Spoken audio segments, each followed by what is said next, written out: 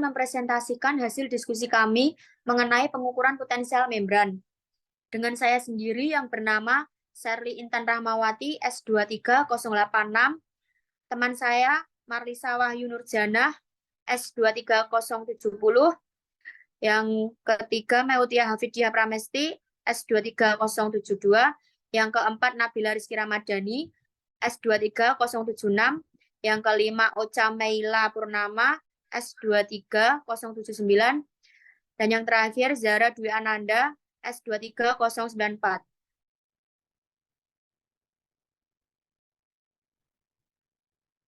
Bab 1 dasar teori akan dibacakan oleh teman saya Marlisa. Dasar teori potensial membran adalah beda potensial elektrik antara dinding sebelah luar dan sebelah dalam dari suatu membran sel yang berkisar dari sekitar kurang 50 hingga 200 milivolt. Tanda minus menunjukkan bahwa di dalam sel bersifat negatif dibandingkan dengan di luarnya. Semua sel memiliki tegangan melintasi membran plasmanya, di mana tegangan ini energi potensial listrik pemisahan muatan yang berlawanan. Sitoplasma sel bermuatan negatif dibandingkan dengan fluida ekstraseluler disebabkan oleh distribusi anion dan kation pada sisi membran yang berlawanan yang tidak sama. Potensial membran bertindak seperti baterai, suatu sumber energi yang memengaruhi lalu lintas semua substansi bermuatan yang melintasi membran, karena di dalam sel itu negatif dibandingkan dengan luarnya. Potensial membran mendukung transport pasif latihan ke dalam sel dan anion ke luar sel. Dengan demikian, dua gaya menggerakkan distribusi ion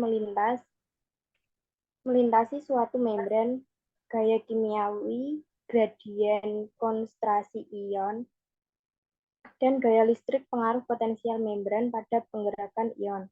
Kombinasi kedua gaya yang bekerja pada satu ion ini disebut gradien elektrokimiawi.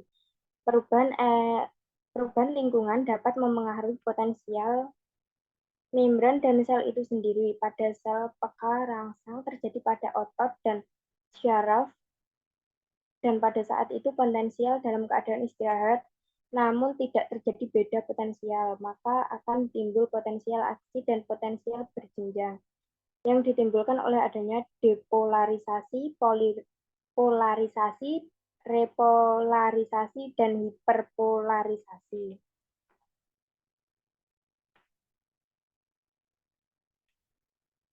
Dan yang selanjutnya dibacakan oleh teman saya, Meutia.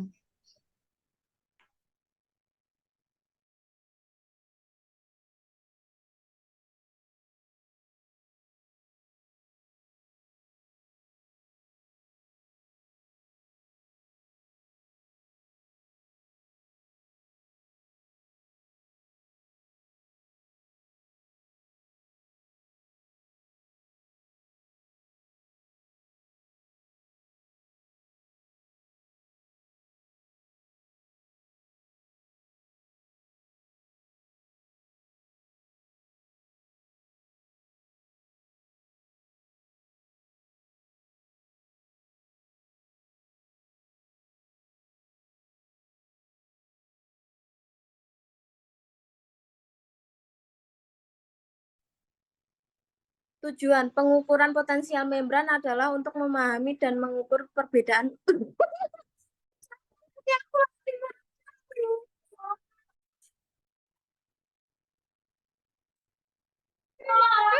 Ayo lanjut. Ayo lanjut. Dipotong wenggo. Ayo. Tujuan pengukuran potensial membran adalah untuk memahami dan mengukur perbedaan potensial listrik antara kedua sisi membran sel atau kompartemen yang terpisah. Pengukuran ini memberikan informasi tentang aktivitas ionik dan proses transportasi yang terjadi melalui membran. Dengan mengetahui potensial membran, kita dapat memahami bagaimana sel-sel berkomunikasi satu sama lain dan bagaimana berbagai proses biologis seperti kontraksi otot, atau transmisi impuls saraf terjadi. Alat dan bahan. 1. Handphone, 2. Laptop, 3. YouTube, 4. Google, 5. Internet, 6. Paket data. Yang selanjutnya akan dibacakan oleh teman saya yang bernama Nabila.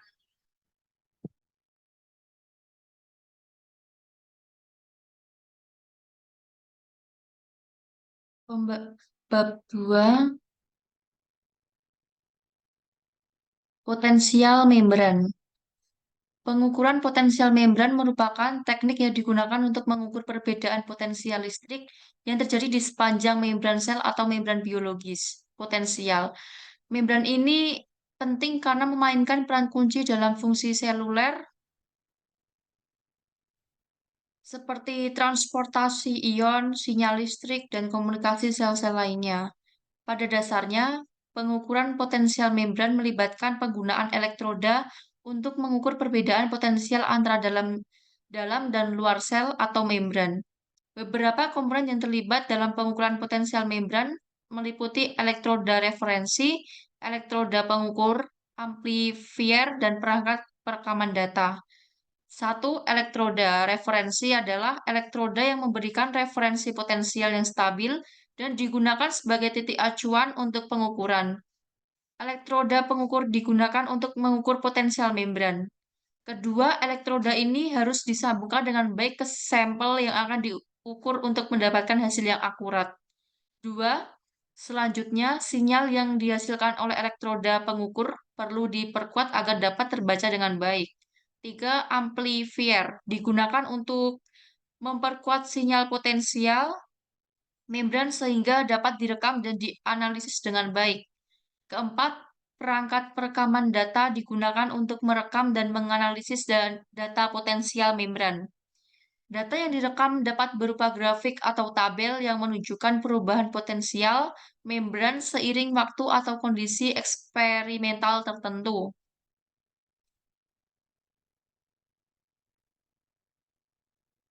Selama pengukuran, penting untuk mengendalikan kondisi eksperimental seperti suhu, pH, dan konsentrasi ion.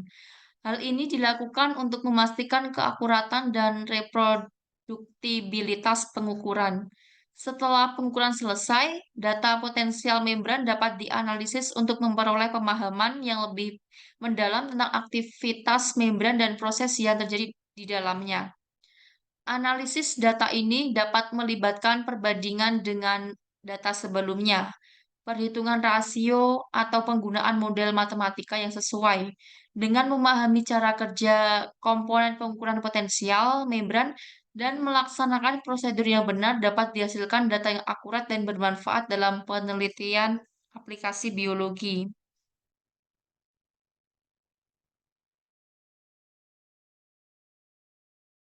Selanjutnya akan dibacakan teman saya yang bernama Ocha. Perilaku neuron pada potensial membran dan potensial aksi. 1. Pada potensial membran istirahat, neuron biasanya memiliki potensial negatif yang stabil sekitar 70 mV. Ini terjadi karena adanya perbedaan konsentrasi ion di dalam dan di luar sel, serta aktivitas pompa ion yang mempertahankan perbedaan tersebut. Selama potensial membran istirahat, seluruh ion yang spesifik dapat terbuka atau tertutup, mempengaruhi aliran ion di sepanjang membran sel neuron. Misalnya, saluran kalium terbuka dan membiarkan ion kalium keluar dari sel, sedangkan saluran natrium dan klorida cenderung tertutup. Ketika neuron memiliki stimulus yang memadai, potensial membran dapat mengalami perubahan mendadak dan terjadi potensial aksi. Potensial aksi adalah perubahan cepat dalam potensial membran yang melibatkan perubahan drastis dalam permeabilitas membran terhadap ion. Kedua, selama potensial aksi, terjadi perubahan polaritas membran dari negatif menjadi positif. Pada awalnya, pada peningkatan permeabilitas membran terhadap ion natrium yang menyebabkan aliran ion natrium masuk ke dalam sel. Ini menyebabkan depolarisasi, yaitu perubahan dari potensial negatif masuk ke dalam sel. Ini menyebabkan yaitu perubahan dari potensial. Setelah itu mencapai ambang tertentu, terjadi pembukaan saluran ion kalium yang membiarkan aliran ion kalium keluar dari sel. Ini menyebabkan repolarisasi, yaitu kembalinya potensial membran ke potensial negatif. Setelah repolarisasi, potensial membran mungkin sementara menjadi lebih negatif dari potensial membran istirahat normal. Dalam keadaan yang disebut hiperpolarisasi, namun dengan berjalannya waktu, potensial membran kembali ke potensial membran istirahat. Perilaku neuron pada potensial membran istirahat dan potensial aksi adalah mekanisme yang dalam menghasilkan dan mengirimkan sinyal istirahat dalam sistem syaraf. Potensial aksi memungkinkan neuron untuk mentransmisikan informasi dan berpartisipasi dalam proses kognitif, sensorik, dan motorik yang kompleks. Baik, dengan saya sendiri yang membacakan. C. Cara kerja komponen secara bersamaan. Untuk melakukan pengukuran potensial membran, beberapa komponen perlu bekerja secara bersamaan. Berikut adalah langkah-langkah umum dalam pengukuran potensial membran. 1. Persiapan sampel, yaitu siapkan sampel yang akan diukur seperti sel atau membran biologis yang relevan. Pastikan sampel dalam keadaan yang baik dan stabil sebelum pengukuran dilakukan. Kedua, elektroda. Gunakan elektroda yang sesuai untuk mengukur potensial membran. Elektroda ini biasanya terdiri dari elektroda referensi dan elektroda pengukur. Elektroda referensi memberikan referensi potensial yang stabil, sementara elektroda pengukur digunakan untuk mengukur potensial membran. Yang ketiga, penyambungan elektroda. Sambungkan elektroda referensi dan elektroda pengukur ke sampel yang akan diukur. Pastikan koneksi yang baik dan tidak ada kebocoran arus. Yang keempat, amplifikasi sinyal. Sinyal yang dihasilkan oleh elektroda pengukur harus diperkuat agar dapat terbaca dengan baik. Gunakan amplifier yang sesuai untuk memperkuat sinyal potensial membran. Yang kelima, perekaman data. Gunakan perangkat perekaman atau perangkat lunak yang tepat untuk merekam dan menganalisis data potensial membran. Data dapat direkam dalam bentuk grafik atau tabel untuk analisis lebih lanjut. Yang keenam, kontrol kondisi eksperimental, yaitu selama pengukuran pastikan kondisi eksperimental seperti suhu, pH, dan konsentrasi ion diatur dan dikendalikan dengan hati-hati. Hal ini penting untuk memastikan keakuratan dan reproduktibilitas pengukur. 7. Analisis data, yaitu setelah pengukuran selesai, analisis data potensial membran dilakukan untuk memperoleh pemahaman yang lebih mendalam tentang aktivitas membran dan proses yang terjadi di dalamnya. Pentingnya untuk diingat bahwa prosedur pengukuran potensial membran dapat bervariasi tergantung pada jenis sampel dan tujuan pengukuran yang spesifik. D. Potensial aksi. Pembalikan singkat pot membran akibat perubahan cepat permeabilitas membran terjadi akibat adanya hiperdepolarisasi oleh sel membran yang menyebabkan potensial pada menjauhi potensial normal atau saat membran istirahat di mana perubahan tersebut mencapai ambang potensial aksi. Jarak pada potensial berjenjang terpantau jauh dengan kekuatan yang tepat kuat terjadi pada kontraksi otot skelet. Selanjutnya dibacakan oleh teman saya, Zara. Baik, polarisasi, depolarisasi, repolarisasi, dan hiperpolarisasi. 1. Polarisasi, keadaan di mana sel saraf tidak mendapatkan rangsangan. Polarisasi dapat dikatakan fase istirahat, reseptor saraf, dan potensial membran stabil atau normal. 2. Depolarisasi, di mana sel mengalami pergeseran distribusi muatan listrik, sehingga menghasilkan muatan negatif yang lebih sedikit dan mendekati 0 di dalam sel. 3. Repolarisasi, kondisi saat membran sel saraf kembali ke fase istirahat atau tidak menerima rangsangan. 4. Hiperpolarisasi, keadaan sel reseptor menerima rangsangan yang sangat besar atau potensial lebih menjauhi normal.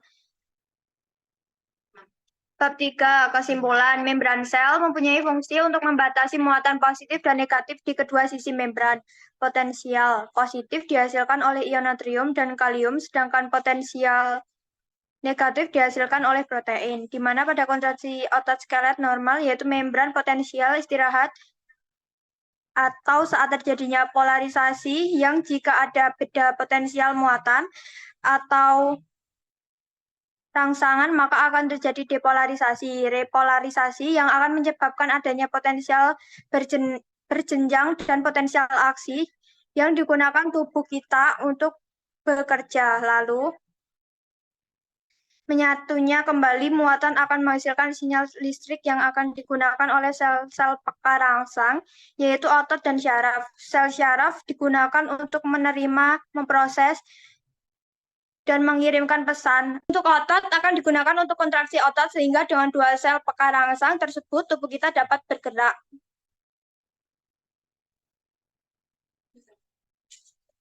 Baik, sekian dari presentasi kelompok kami. Jika ada kurang dan salah kata, kami mohon maaf sebesar-besarnya. Wassalamualaikum warahmatullahi wabarakatuh.